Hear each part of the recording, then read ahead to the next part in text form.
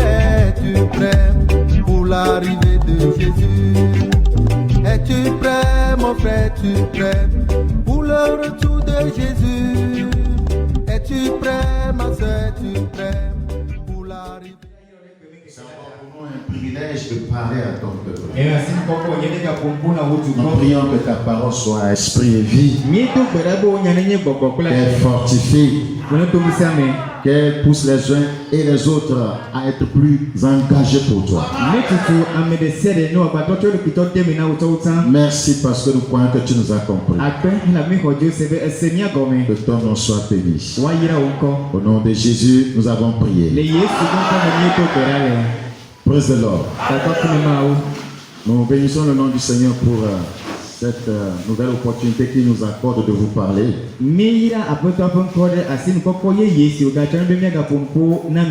Nous allons entamer une série d'enseignements que nous ferons en 2 temps. Nous traitons du thème intitulé Le chemin qui mène à la restauration de la destinée.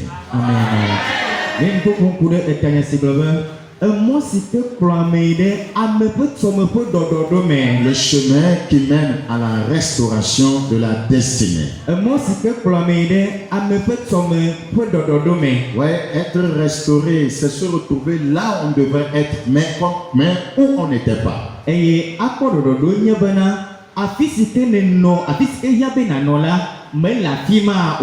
Voilà, donc être restauré, c'est se retrouver à la place où on devait normalement être dans le plan, dans le programme de Dieu.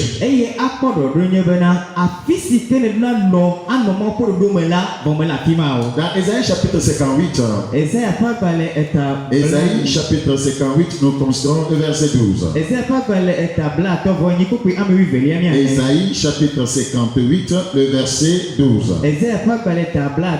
Les tiens rebâtiront sur d'anciennes ruines. Tu relèveras des fondements antiques. On t'appellera réparateur des brèches. Celui qui restaure les chemins, qui rend le pays habitable.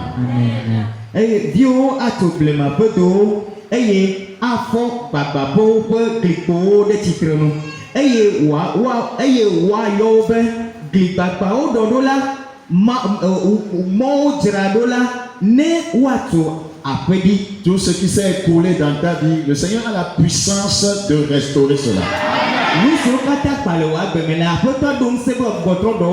Dans Esdras chapitre 4, nous considérons le verset 12. Esdras chapitre 4, le verset 12. Que le roi sache que les Juifs partis de chez toi et arrivés parmi nous à Jérusalem rebâtissent la ville rebelle et méchante, en relèvent les murs et en restaurent les fondements.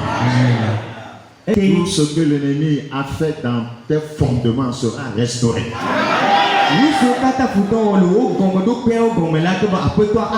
Si tu crois, tu verras la gloire de Dieu. Donc pour traiter ce thème, nous allons nous appuyer sur le livre de Ruth. En fait, nous allons faire une étude complète pour voir comment Ruth a été libérée de la malédiction et restaurée.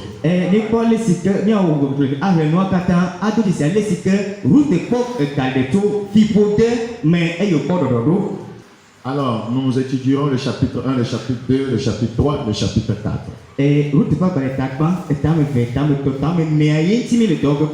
Donc, en introduisant cet enseignement, nous allons nous référer à ces 4 chapitres. Et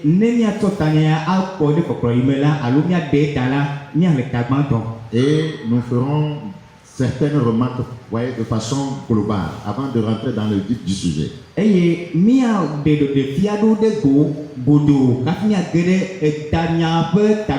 vous considérez Ruth chapitre 1, chapitre 2, chapitre 3, chapitre 4, vous pouvez faire des remarques suivantes.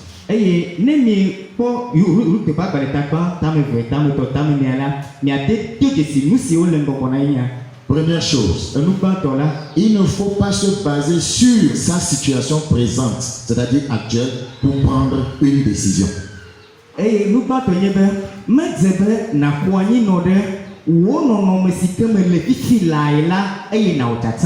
Écoute encore. Il ne faut pas se baser, se fonder sur sa situation présente, actuelle, pour prendre une décision.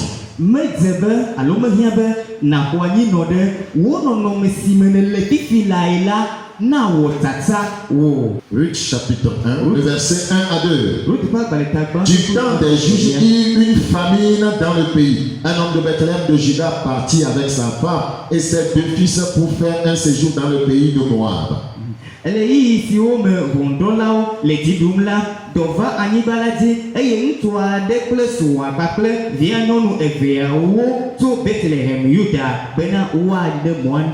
Pourquoi elle a pris la décision? Parce qu'il y avait la famine.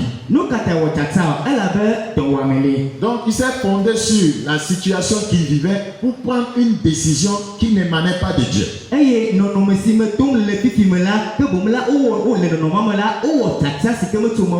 Voyez, il n'a pas attendu Dieu, il n'a pas espéré Dieu, il n'a pas consulté Dieu. Il s'est fondé sur ce qui n'allait pas pour prendre une décision.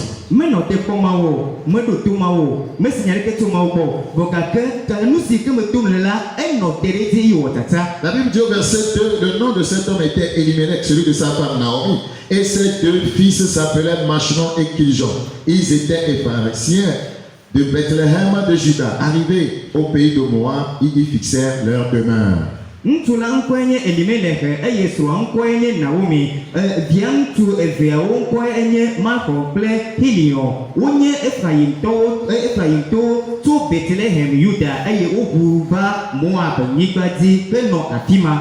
La deuxième remarque que nous pouvons faire quand nous étudions ce livre,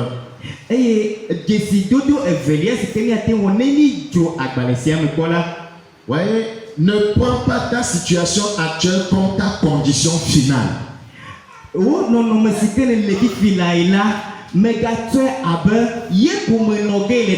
Ne prends pas ta situation actuelle comme ta condition finale. À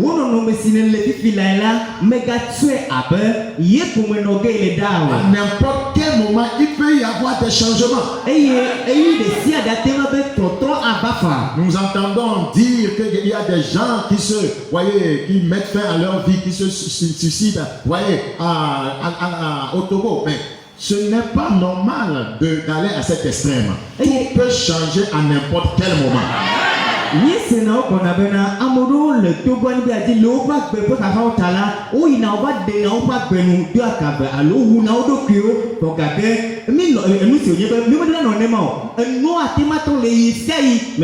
Elimelech s'est fondé sur ce qui prévalait à l'époque à Bethléem de Juda, la famille, pour prendre une décision sans Dieu. C'est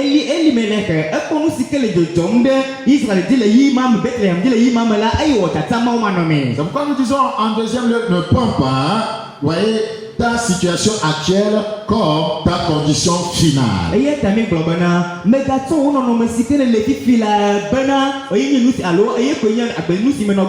Ceux qui se comportent ainsi, ce sont des gens qui murmurent. Des gens qui se plaignent de leur sort. Des gens qui envient les autres. Les autres sont en train d'évoluer, pourquoi pas moi? Parce qu'ils pensent que leur situation actuelle, c'est leur quoi? C'est leur sort final.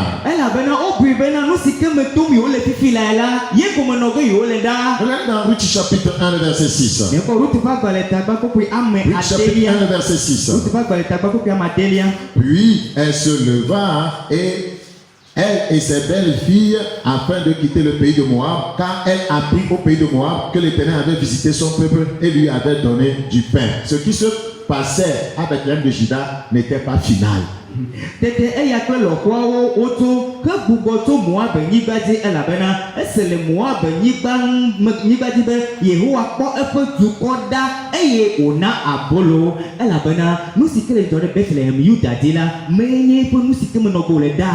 Aujourd'hui, il y a la famille spirituelle dans l'église. Ouais, il y a des gens qui ne sentent plus la présence de Dieu. Beaucoup de croyants prient et leurs prières demeurent inexaucées. voyez, beaucoup de croyants ont des défis, des challenges. Beaucoup, vous voyez, passent par la famine matrimoniale. Vous voyez, ça ne va pas dans les foyers. D'autres n'arrivent pas à se marier.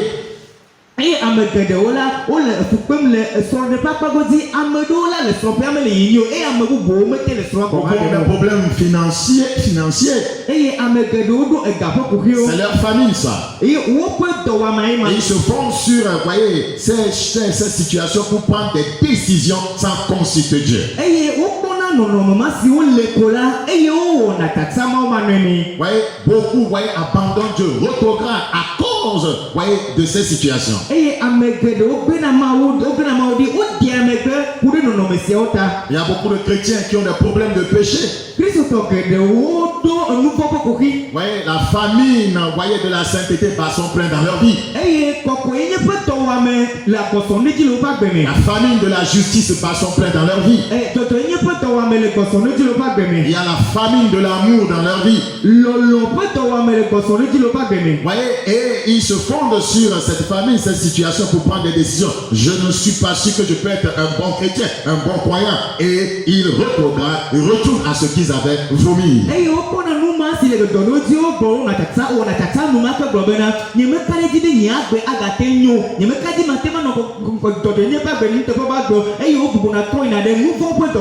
Je voudrais te dire que ce n'est pas fini pour toi.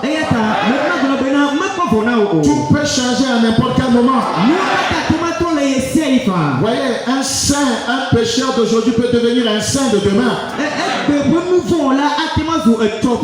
Il suffit de venir à Jésus-Christ et de croire en son œuvre, voyez, salvatrice qu'il a faite pour toi à la croix.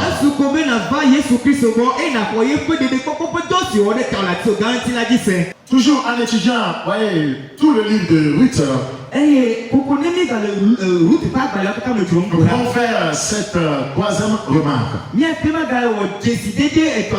Une mauvaise décision peut conduire à des pertes irrémédiables.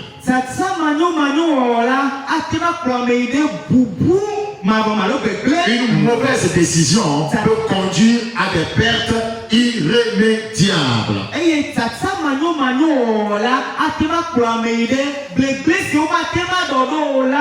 Donc il faut faire attention avant de faire des choix, avant de prendre des décisions. Voyez dans le livre de Ruth, toujours le chapitre 1 et verset 4. Ruth chapitre 1 et verset 4. Ils prirent des femmes moabites dont l'une se nommait Orpa et l'autre Ruth, et ils habitèrent là environ 10 ans.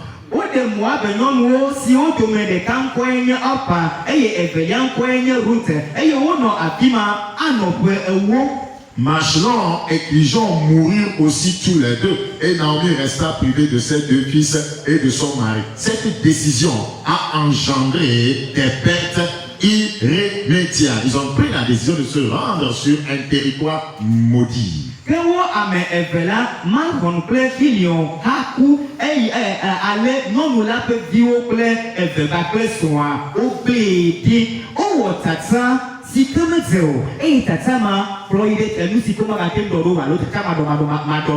Beaucoup de chrétiens prennent la décision de retourner à ce qu'ils avaient vomi.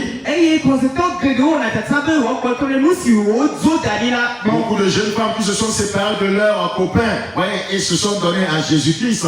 Or, voyez, après avoir considéré certaines situations, voyez, sont retournés, je vais dire, voyez, à leurs copains.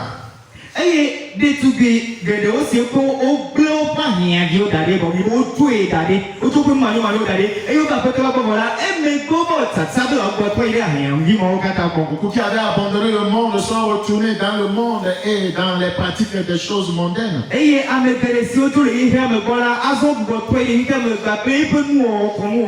pas fini, beaucoup d'entre eux, beaucoup d'entre elles n'ont pas pu revenir, voyez, à Christ.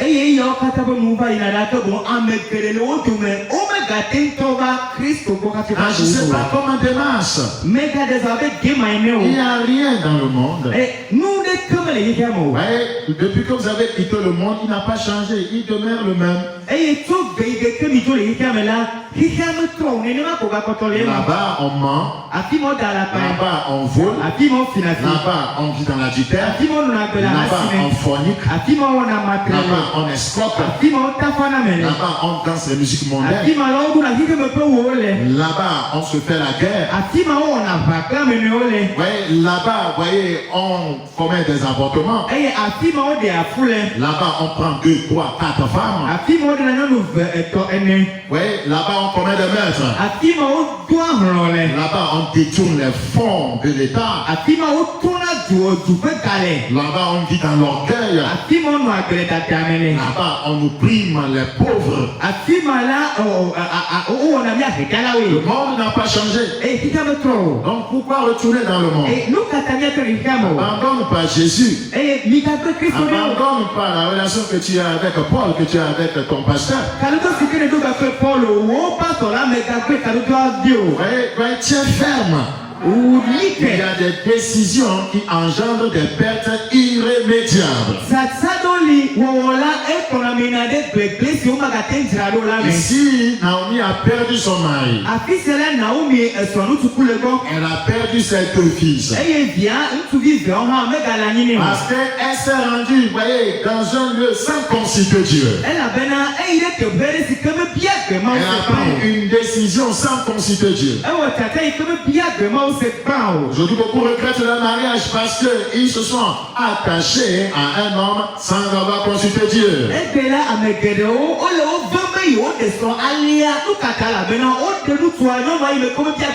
Quand tu quittes un lieu où Dieu t'a fixé sans révélation, alors tu quittes ta couverture.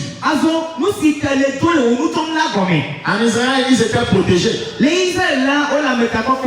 En Israël, vous voyez, Elimelech, sa femme Naomi, était sous la protection de Dieu.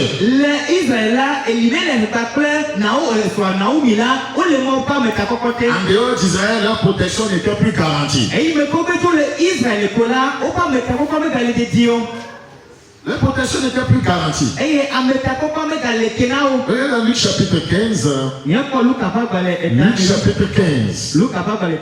Le verset 11. Luc chapitre 15, le verset 11. Luc 15, 11. Il y a encore un homme avec 2 fils. Le plus jeune dit à son père, mon père, donne-moi la part de bien qui doit me revenir. Et le père leur partagea son bien.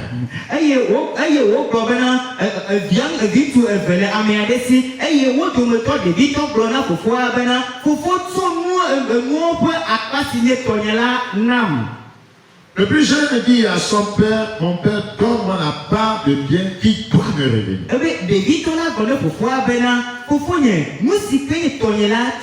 Ce jeune homme a pris une décision, voyez, qui n'était pas normale.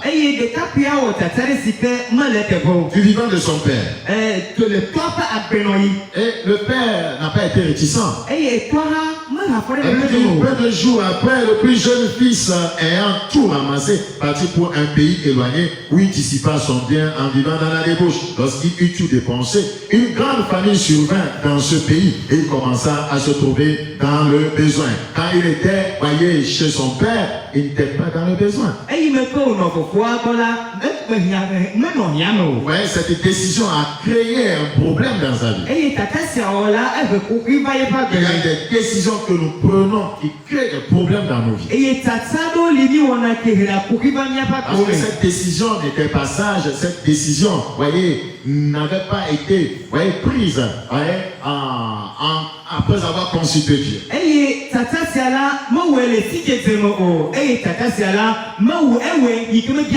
Au verset 17, la Bible dit, étant rentré en lui-même, il se dit, combien de mercenaires chez mon père ont du pain en abondance, et moi ici je meurs de faim. Regardez, un problème, il meurt de faim.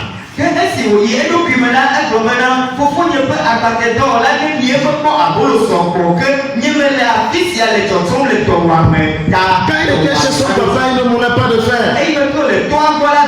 Ça veut dire quoi? Ce n'était pas encore le moment de quitter le père. Ce n'était pas encore le moment de voler de ses propres ailes. Le temps de Dieu n'avait pas encore sonné. Dieu n'avait pas demandé à Elimelech et à Naomi de quitter Bethléem de Juda. Ils ont pensé que le problème sera permanent. Ils ne savaient pas que tout peut changer à n'importe quel moment. Ce n'est pas par hasard que Dieu vous a établi dans une église biblique. Ce n'est pas parce qu'il y a un problème entre toi et un frère que tu vas quitter le lieu là. Sais-tu que Dieu t'a établi là-bas et il a un plan précis, voyez, par rapport à ta vie?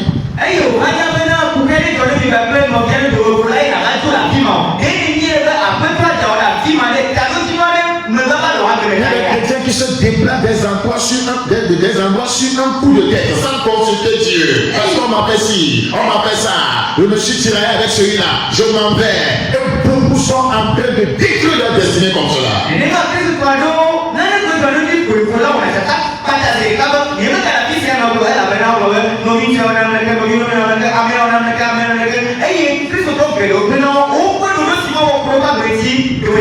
Quand bien même c'était la maison du pain, beaucoup quittent la maison de pain. Des églises bibliquement établies, des églises qui enseignent toute la parole de Dieu, tout le pain est donné. Sur un coup de tête, les gens partent. La quatrième remarque que nous pouvons faire en lisant tout le livre de Ruth,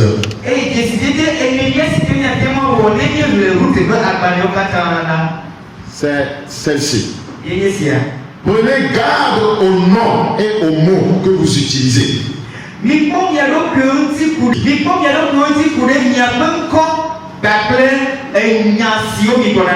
Ça peut, voyez, détruire votre avenir. Écoutez-moi, notez ça très bien. L'identité affecte la destinée. Très bien. L'identité affecte la destinée. Vous savez, Elimelech avait un bon nom. Elimelech voudra dire mon Dieu est le roi. Sa femme avait un bon nom. Naomi, voyez, veut dire douceur ou gracieuse. Donc ces deux parents donnèrent de mauvais noms à leurs deux enfants. Machlon voudra dire malade ou maladif. Donc, voyez, les parents, voyez, chaque fois qu'ils avaient besoin de Machlon, ils disaient maladie, viens, malade, viens.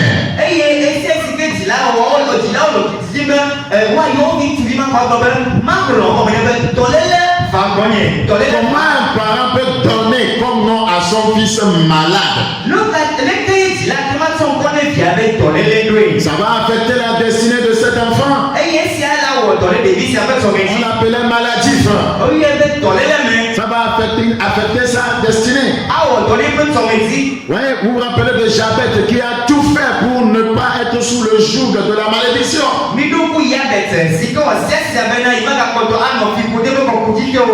Parce que Jabet, c'est-à-dire Jabet, c'est souffrance. Le gars a refusé cela. Le gars a dit non, ce nom va affecter ma destinée. Ça nous fait comprendre qu'il a cherché Dieu.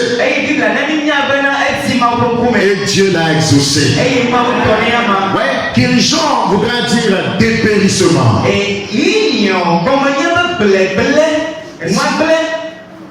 Qui languit. Qui languit. Qui languit. On est en train de languir, on est en train de mourir pratiquement. Comment on peut donner un tel nom à son fils? Donc je suppose que Machelon est tombé malade jusqu'à mourir. Et je me dis que Kilichon, voyez, a dépéri jusqu'à mourir. Donc l'identité affecte la destinée. Ouais, quand nous étudions ce livre, c'est la remarque que nous pouvons faire. Faut faire attention aux mots que nous faisons sortir de notre bouche et aux noms que nous prenons ou que nous donnons à nos enfants.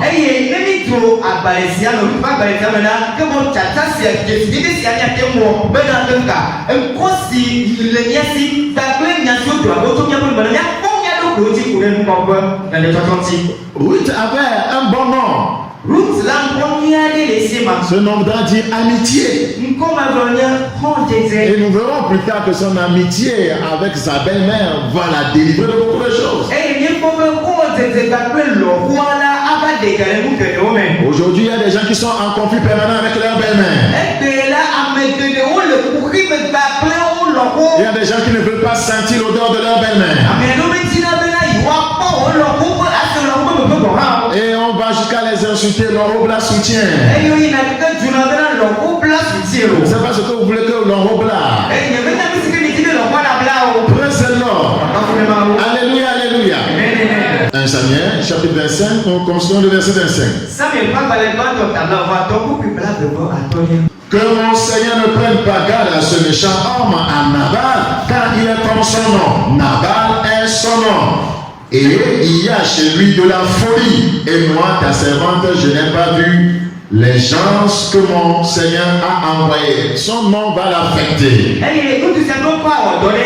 Il va poser un acte de folie qui va engendrer sa mort. Donc, la femme de Nabal présente son mari, vous voyez, comme quelqu'un qui a l'esprit borné. Quelqu'un qui est dur. Quelqu'un qui est impulsif. Intempérant et méchant. Nabal voudra dire fou, folie. Et ce nom a affecté sa destinée. Il est mort à cause de sa folie. Je prie que Dieu nous accorde la grâce de donner de bons noms à nos enfants. Il y a des gens qui portent des noms qui rendent leur bonheur impossible dans la vie.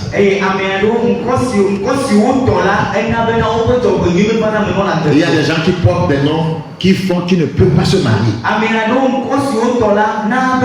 Il y a des gens qui portent des noms qui ne peuvent pas avoir d'enfants. Il y a des gens qui portent des noms qui ne peuvent qu'être dans la souffrance. Il y a un monsieur qu'on appelait Kunyongu. Oui, Kunyongu voudra dire souffrance dans une certaine langue. Oui, le gars là est mort dans la souffrance. Il y a un autre monsieur qu'on appelait Homekou. Ouais, une voiture a déraillé de la chaussée, est venue entrer dans sa possession et entrer dans la chambre et le tuer.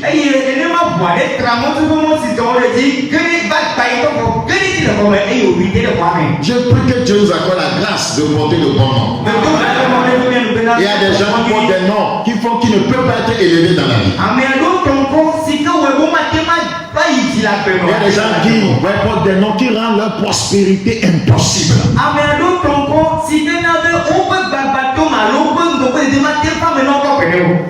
C'est la vérité.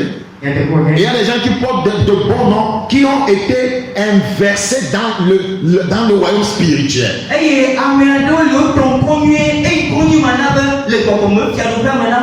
Ce nom agit dans leur vie de façon contraire. On l'appelle grâce, mais vous ne verrez jamais la grâce sur la vie de cette personne.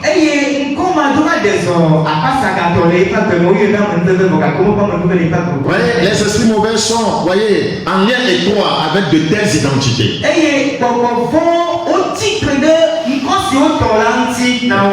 Mais si Dieu a restauré Ruth, il va te restaurer. Si Dieu a restauré Jabet, il va te restaurer. Si Dieu a restauré l'enfant prodigue, il va te restaurer. la cinquième remarque que nous pouvons faire en étudiant le livre de Ruth,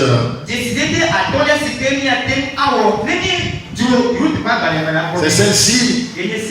Quelle que soit ta situation présente, quelle que soit ta situation présente, si tu maintiens la connexion divine, tu vas expérimenter la visitation divine.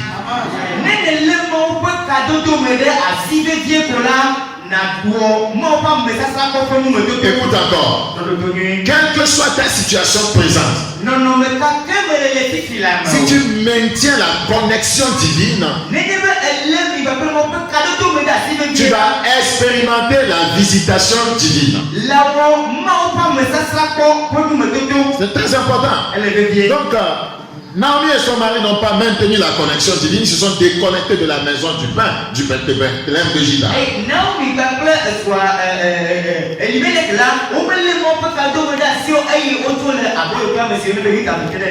Et ils vont finir par apprendre dans Ruth chapitre 1, verset 6 que Dieu a visité son peuple.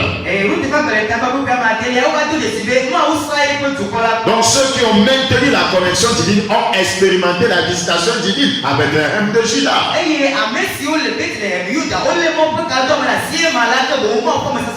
C'est ce que la Bible dit dans Ruth chapitre 1, verset 6. Puis elle se leva, elle et ses belles-filles, afin de quitter le pays de Moab, car elle a appris au pays de Moab que l'Éternel avait visité son peuple et lui avait donné du pain.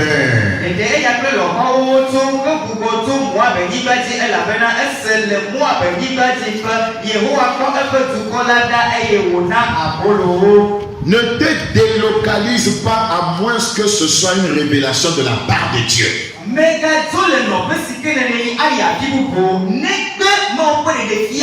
Écoute-moi très bien. Ne te délocalise pas, voyez, d'un lieu à un autre, à moins que ce soit une révélation de la part de Dieu.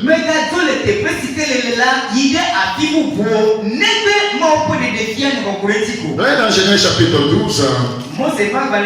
Genèse chapitre 12, le verset 1.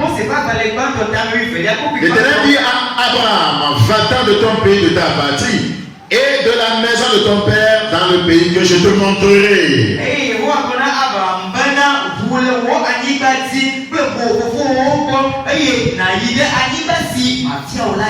Voyez, en obéissant, voyez, à Dieu ici, Abraham ne va pas subir des pertes. Abraham sera plutôt béni, il sera prospère, élevé.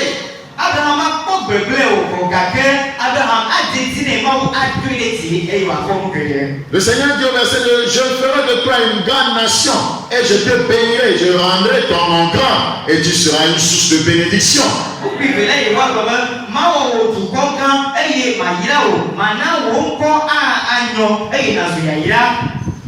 Et effectivement, il va devenir grand. Il sera une source de bénédiction pour les générations. Parce que sa délocalisation venait de Dieu.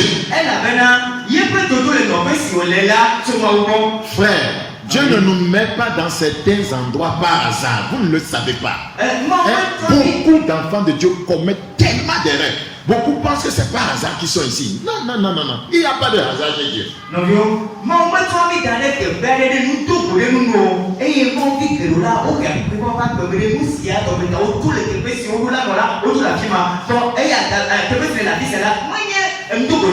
Ce n'est pas par hasard que tu es en train de m'écouter. Il n'y a pas de hasard chez Dieu. Dieu fait les choses, voyez, bien planifiées. Il planifie toutes choses. Mais beaucoup d'enfants de Dieu, ils font les choses comme cela ne leur passe pas la tête. Alors, ce sont là les remarques générales que nous pouvons faire par rapport au livre de Ruth.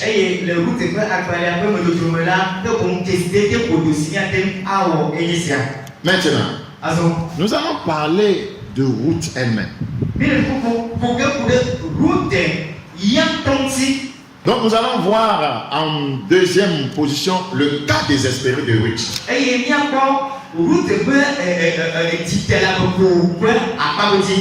Nous allons voir certaines situations, voyez, par lesquelles elle passait. Et ça va nous permettre de savoir que son cas était désespéré.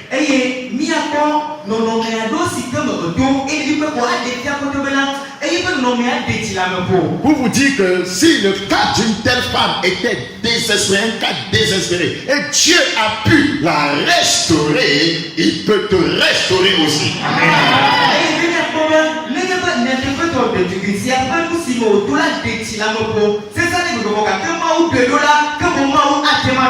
Je me dis, si Dieu a pu restaurer Ruth ici, il n'y a personne que Dieu ne peut restaurer. Personne.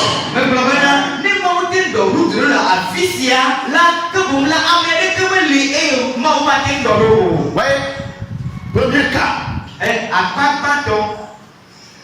Premier cas qui rendait la situation de Ruth désespérée. Ruth venait d'une tribu qui était sous la malédiction de Dieu. Les Ammonites et les Moabites étaient issus de l'inceste de Lot avec ses deux filles.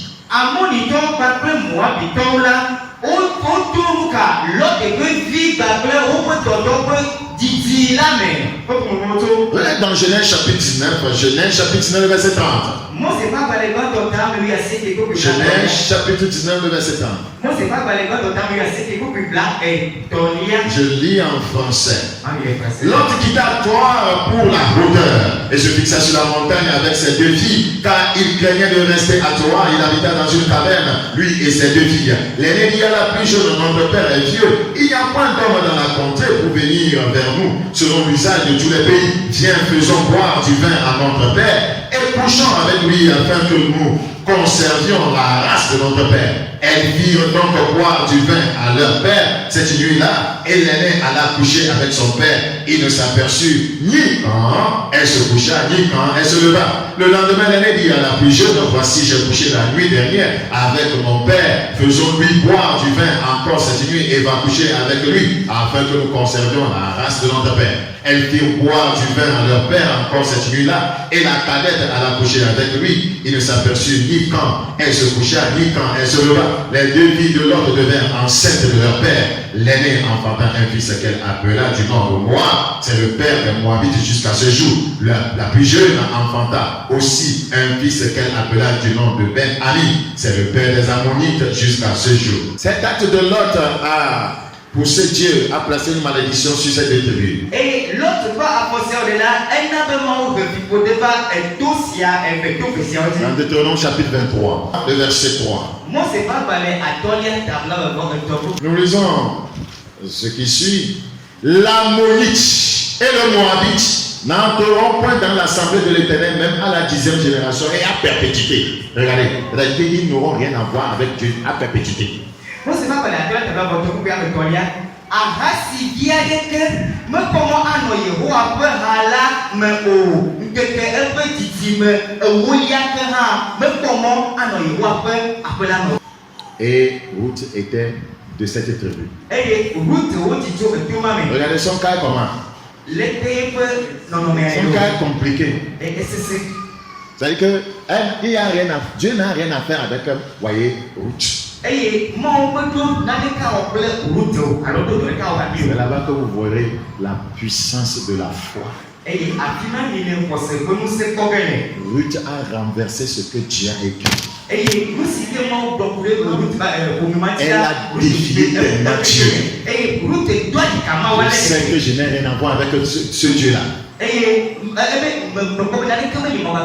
Mais ton Dieu sera mon Dieu. Dieu a été secoué sur son corps. Son cas était désespéré. Dieu avait maudit ces deux tribus. Si un sorcier te maudit, un homme de Dieu au moins peut briser la malédiction. Mais si Dieu lui-même te maudit, ça n'est fini pour toi. Tu peux voyager dans le monde entier pour dénicher les hommes les plus loin du monde. La malédiction ne partira pas.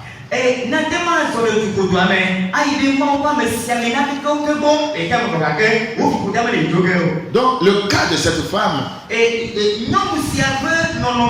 c'était un cas vraiment désespéré. Mais le Seigneur a été fidèle. Et il sera fidèle aussi dans ta vie. Praise the Lord. Frères et sœurs, la deuxième chose qui rendait la situation de Ruth désespérée. Ruth était mariée à une famille qui était sous la malédiction. Parce que quitter le Seigneur pour se rendre, dans un pays maudit, c'est une désobéissance qui engendre la malédiction. Allô?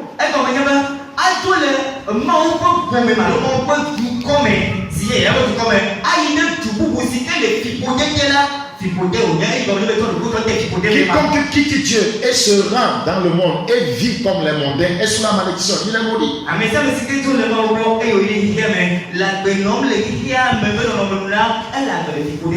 Ruth même était sous la malédiction et elle se marie encore avec une famille qui était sous la malédiction. Son cas était comment? Désespéré.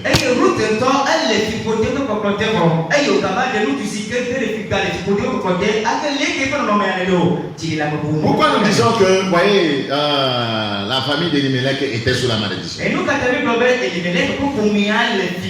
Non seulement ils ont quitté, voyez, Israël, mais aucun homme ne survivait dans cette famille. C'est ça la malédiction. Le monsieur meurt. Son premier fils meurt. Son second fils meurt. C'est-à-dire que dans cette famille-là, planait une malédiction, c'est-à-dire aucun mal ne doit survivre.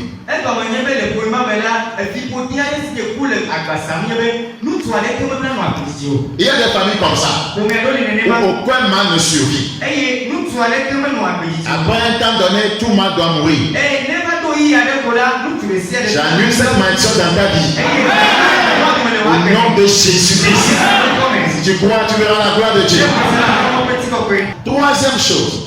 Troisième situation qui rend le cas de Ruth désespéré.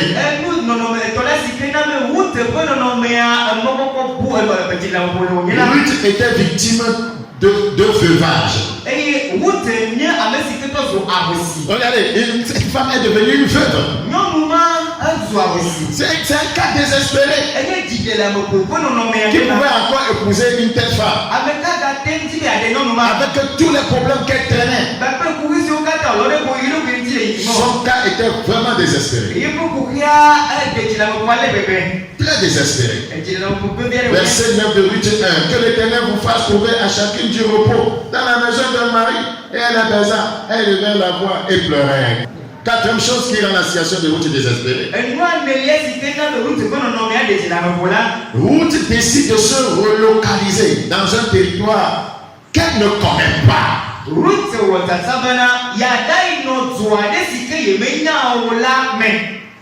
Ça c'est encore un cas désespéré. C'est-à-dire pour quel avenir? Tu te rends dans un territoire que tu ne connais pas. Pour quel avenir? Regardez la situation de cette femme.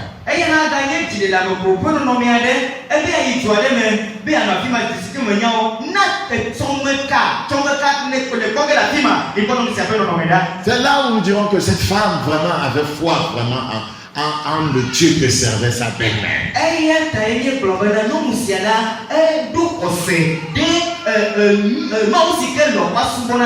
Naomi dit, retournez mes filles, verset 11. Pourquoi viendrez-vous avec moi?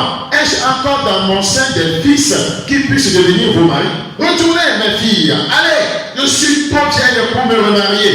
Et quand je dirai, j'ai de l'espérance, quand c'est lui-même, je serai avec un mari et que j'enfanterai des fils, attendriez-vous pour cela qui puisse grandir? Refuserez-vous pour cela de vous marier? Non, mes filles, car à cause de vous, je suis dans une grande affliction de ce que la main de l'Éternel s'est étendue contre moi. Et elle élevait la voix et pleurait encore. On partageait à sa belle-mère, mais Ruth s'attacha à elle. Naomi dit à Ruth, voici ta belle-sœur. Elle retournait vers son peuple et vers ses dieux. Oui, verset Dieu. Retourne comme ta belle-sœur. Où tu répondis, ne me presse pas de te laisser.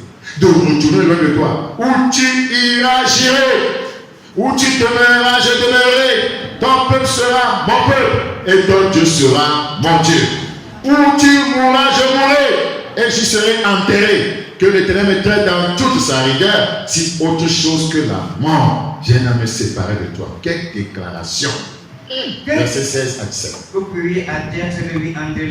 Que route flomena megapuine munyaba maklodi akugo le yome o que bon afisina ila afima mai afisina tila afima mati wotuko anyenye tuko eye wo mau anyenye mau afisina kudola afima makudo eye afima wa dindo yehowa ne fiam ne waga fiam deji ne pe kukwe akla miaklodome tatakae no musao alebea. Et en suivant, sa belle-mère, c'était pour quel avenir? Un cas désespéré. La cinquième chose qui rend le cas de Ruth désespéré, c'est que Ruth était pauvre.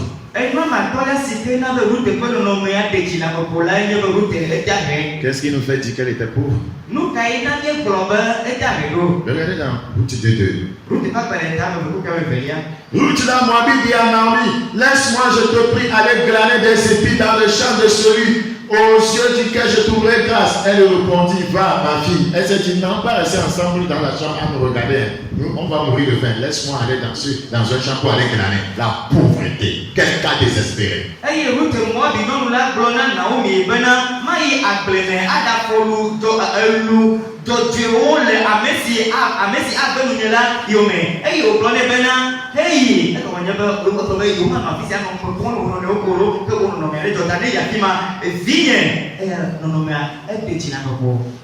Président, elle était partie glaner.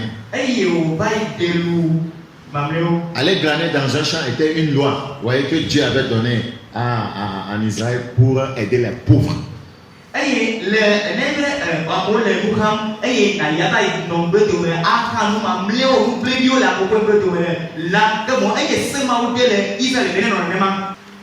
Vous savez, une autre chose qui rendait le cas de Ruth désespéré, c'est que cette dame a fait le foyer, mais elle n'a pas eu d'enfant.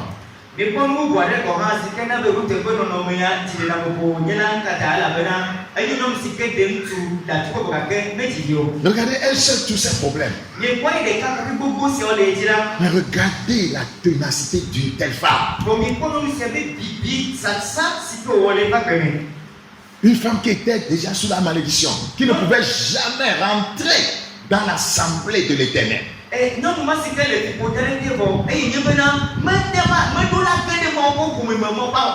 Nous sommes même dans l'assemblée de l'Éternel, mais ça ne va pas. Elle était hors. Elle était exclue. Elle était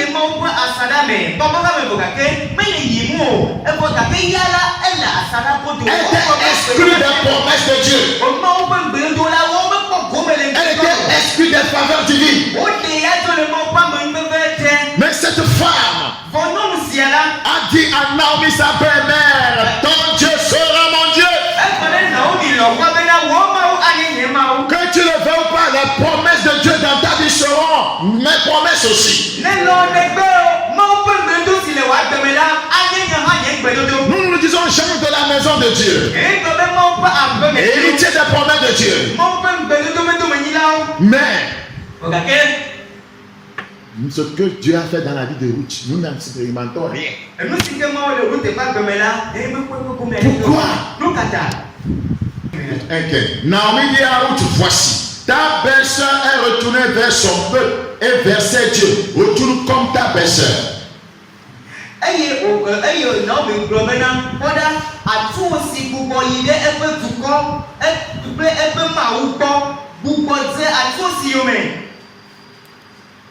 Ruth a rejeté ses dieux. Retourne vers tes dieux. Ruth a rejeté ses dieux. Vous savez pourquoi les choses ne changent pas dans nos vies? Nous n'avons pas encore abandonné nos dieux. Le moi, c'est ton Dieu. Le moi, c'est ton Dieu. L'amour de l'argent, c'est ton Dieu. La haine, c'est ton Dieu. C'est ça le problème dans l'église. Le manque de pardon, c'est ton Dieu. La désobéissance, c'est ton Dieu. L'insoumission, c'est ton Dieu.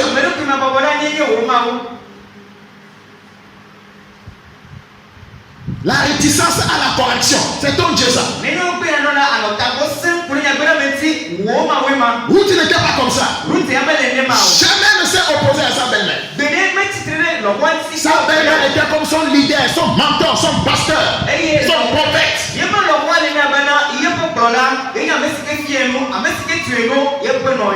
Elle a refusé, rejeté ses dieux. C'est un acte qui touche énormément Dieu, le grand Dieu.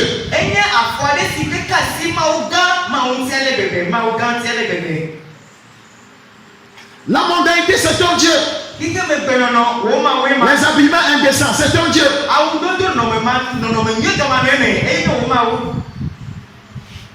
Les femmes d'aujourd'hui ont pour Dieu les rouges à lèvres, les mèches multicolores, les cheveux de mort. La fornication, c'est ton Dieu, tu ne l'abandonnes pas. Et tu veux quelle restauration? Tu veux accomplir quelle destinée? Ton Dieu, c'est l'adultère. Ton Dieu, c'est le mensonge. Ton Dieu, c'est l'hypocrisie. Ton Dieu, c'est l'escroquerie.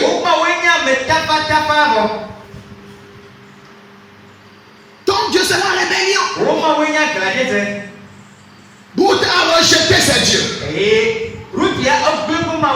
On lui dit de retourner vers ses dieux. Elle dit non. Non. Je ne vais pas retourner à mes dieux. Je ne retourne pas à Sakpater. Je ne retourne pas à Tobizikri. Je ne retourne pas au Vodou Nyemi Nyemi. Je ne retourne pas au Vodou Tchamba Vodou. Je ne retourne pas à Goro Vodou. Je ne retourne pas à Petomou Deke.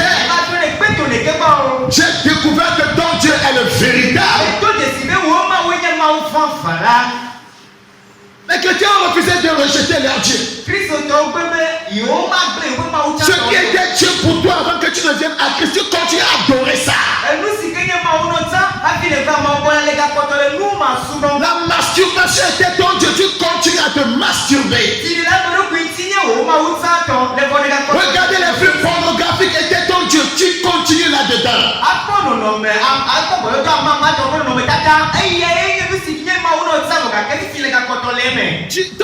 Tu n'as pas abandonné les films de violence. Tu ne verras pas de percée.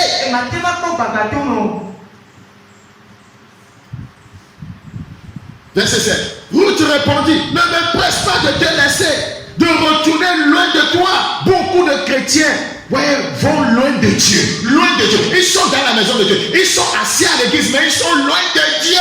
Rétrograder ne veut pas dire ne plus venir à l'église. C'est être à l'église, mais être loin de Dieu. Ce peuple, mon nom des lèvres, mais son cœur est éloigné de moi.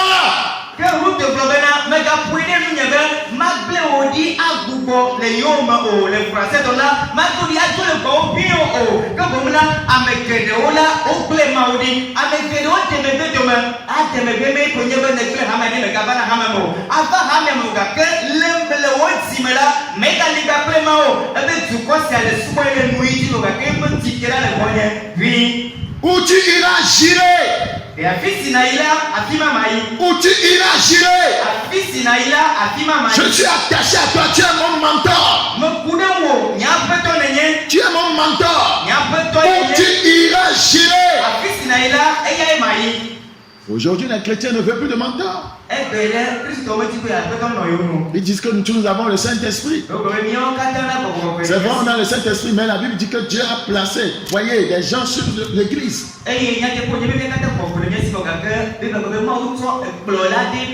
Où tu demeureras, je demeurerai.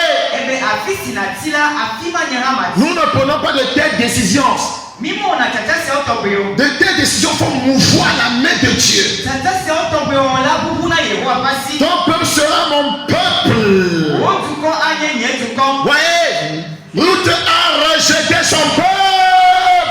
Ute egbe le yepa tu. Il a rejeté le peuple idolâtre. Ete trust no skobe tu ko mane. Elle refuse de s'identifier à un peuple idolâtre. Egbe mo ma galebe trust no skobe tu. Elle refuse de s'identifier à un peuple qui est sous la malédiction de Dieu. Egbe mo ma galebe tu ko si le tipo de kila. Elle veut s'identifier à un peuple béni de Dieu.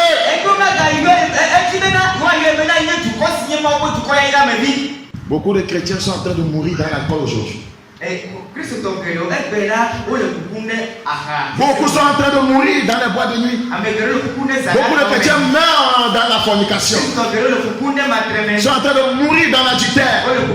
Ils sont en train de mourir entre 2-3 femmes. Beaucoup meurent dans la rébellion, dans la désobéissance. Elle savait que sa belle-mère, voyez, vivait avec Dieu. Elle ne pouvait pas prendre la décision de suivre une personne qui n'était pas un modèle. Elle a vu Naomi servir son Dieu. Elle dit, ton Dieu sera mon Dieu.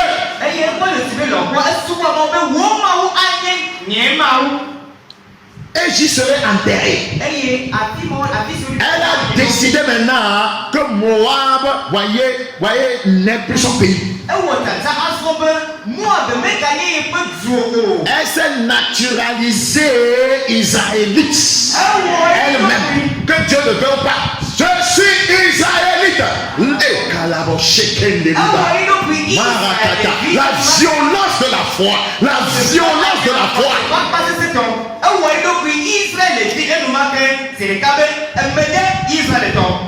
Est-ce qu'on voit ça chez les chrétiens aujourd'hui? Est-ce qu'on voit ça chez les chrétiens? La plupart des chrétiens aujourd'hui, bam, bam, parce que, attends, mais oui, comme elle est chère, les mains de son bien.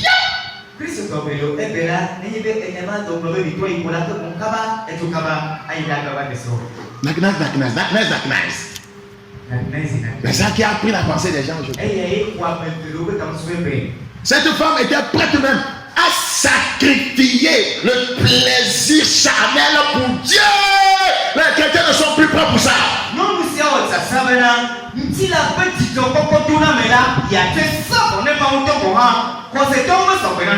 On peut décider de retourner.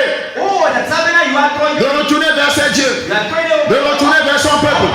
D'aller servir les dieux moabites. La décision. La décision. Chrétien, qu'attendons-nous de Dieu?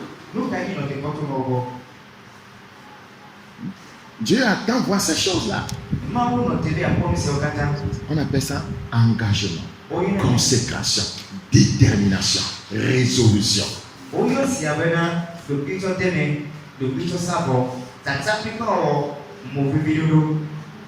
Sacrifice. Je vous parlerai des clés de la restauration de Ruth. Amen.